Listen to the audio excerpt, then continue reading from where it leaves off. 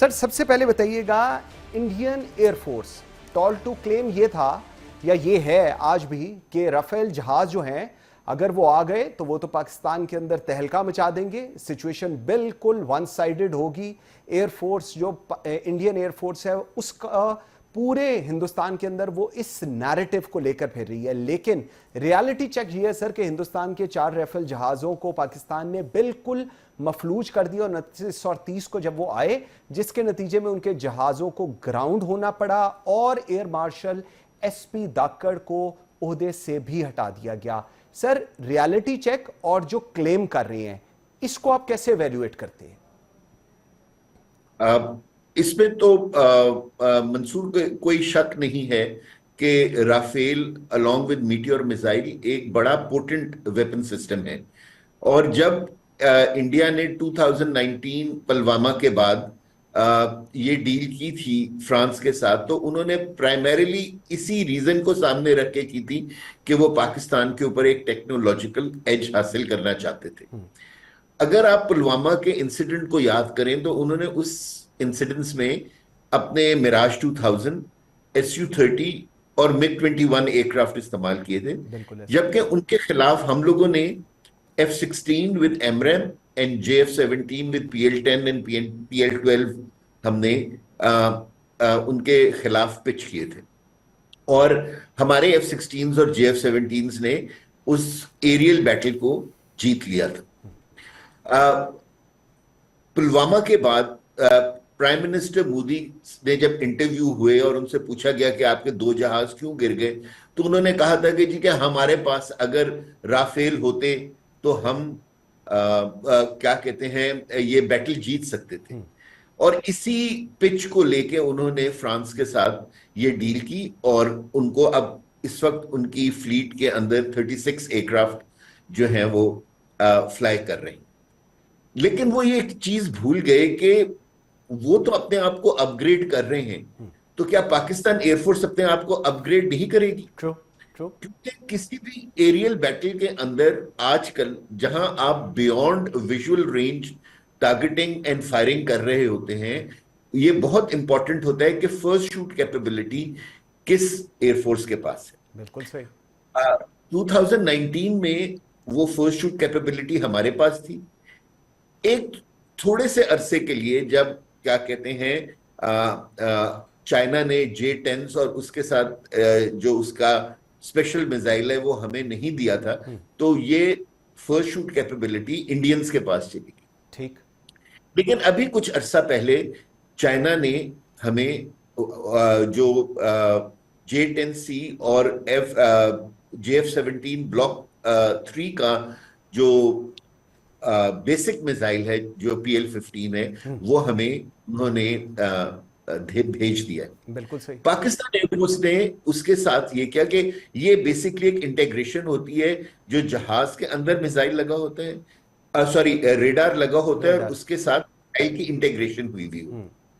तो जब से हमने ये डील की थी चाइना के साथ, हमने अपने पायलट्स को वो ट्रेनिंग देनी शुरू कर दी थी। बिल्कुल सही। ठीक है। तो जब ये मिसाइल्स हमें कोई महीना 2 महीना पहले मिले हैं, तो हमारे पायलट्स फुली प्रिपेयर्ड थे अपनी ट्रेनिंग के थ्रू इन मिसाइल्स को फायर करने के।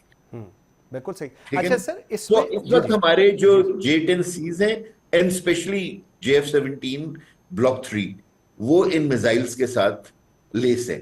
और अब अगेन फर्स्ट शूट कैपेबिलिटी हमारे पास आ गई है। किसी भी एरियल इनकाउंटर में जब इंडियन एयरफोर्स और पाकिस्तान एयरफोर्स के जहाज हेड ऑन एक दूसरे के साथ इंगेज्ड होंगे, तो इंशाल्लाह जो पहला मिसाइल है वो पाकिस्तान एयरफोर्स फायर करेगी। बिल्कुल सही। अच्छा सर, इसमें 2 चीजें हैं। एक, क्योंकि हिंदुस्तान के जब आप मीडिया को सुनते हैं, उनको देखते हैं और वो जिस तरह पोर्ट्रे कर रहे होते हैं, मैं थोड़ा सा उसको अगर आगे लेकर चले, हिंदुस्तान का हम अगर एयर टू एयर की बात करें तो we have done very well in F-6, F-7 और JF-17।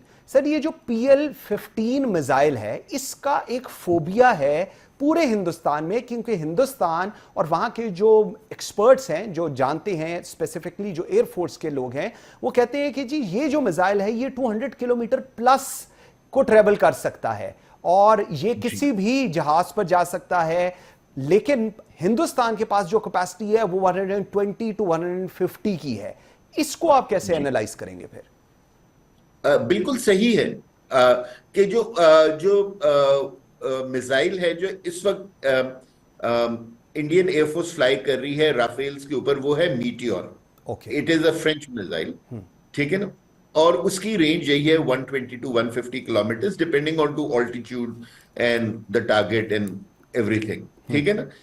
अच्छा, ये जितने मिसाइल्स हैं ना, आपको ये समझने की जरूरत है कि ये self propelled and self zooming missiles होते हैं। ओके। इसका मतलब ये होता है कि जो पायलट का बेसिक काम ये होता है कि जो टारगेट एयरक्राफ्ट है उसके साथ इस मिसाइल को अलाइन करके लॉक कर दे, ठीक। ठीक है ना। और जब एक मरतबा वो मिसाइल फायर कर देता है तो वो मिसाइल के ऊपर कोई कंट्रोल नहीं रखता, क्योंकि वो इतना, जब थिएटर ऑफ वॉर के अंदर दूसरे जहाजों को फिर वो काउंटर कर रहा होता है, ठीक है सही ना। सही। जो मिसाइल का रेडार खुद है वो उसको टेक ओवर कर लेता है, बिल्कुल ठीक। ठीक है। अब जो आपका डिस्टेंस होगा ना, वो डिपेंड करेगा कि किस टाइप का प्रोपल्शन सिस्टम उसके अंदर है, किस तरह का, क्या कहते हैं, what is the speed of the missile after launch, ठीक है ना। अब जो दोनों में फर्क है वो ये है कि मीटियोर कोई जाता है मार्क 4 तक, जबकि PL-15 जाता है मार्क 5 तक, ठीक ओके। है ना। सो जब आपकी स्पीड ज्यादा होती है, जब आपका प्रोपल्शन सिस्टम खत्म भी हो जाता है, क्योंकि आपकी इनिशियल स्पीड ज्यादा होती है, तो जो प्रोजेक्टाइल है वो ज्यादा लंबा डिस्टेंस जाता है, बिकॉज उसको जो पीछे पहले से थ्रस्ट मिली हुई थी या पहले से वो जिस स्पीड पे था वो स्पीड ज्यादा है। बिल्कुल तो सही। PL-15 जो है वो तकरीबन 200 प्लस किलोमीटर्स के ऊपर जाके, यानी कि एज पर दी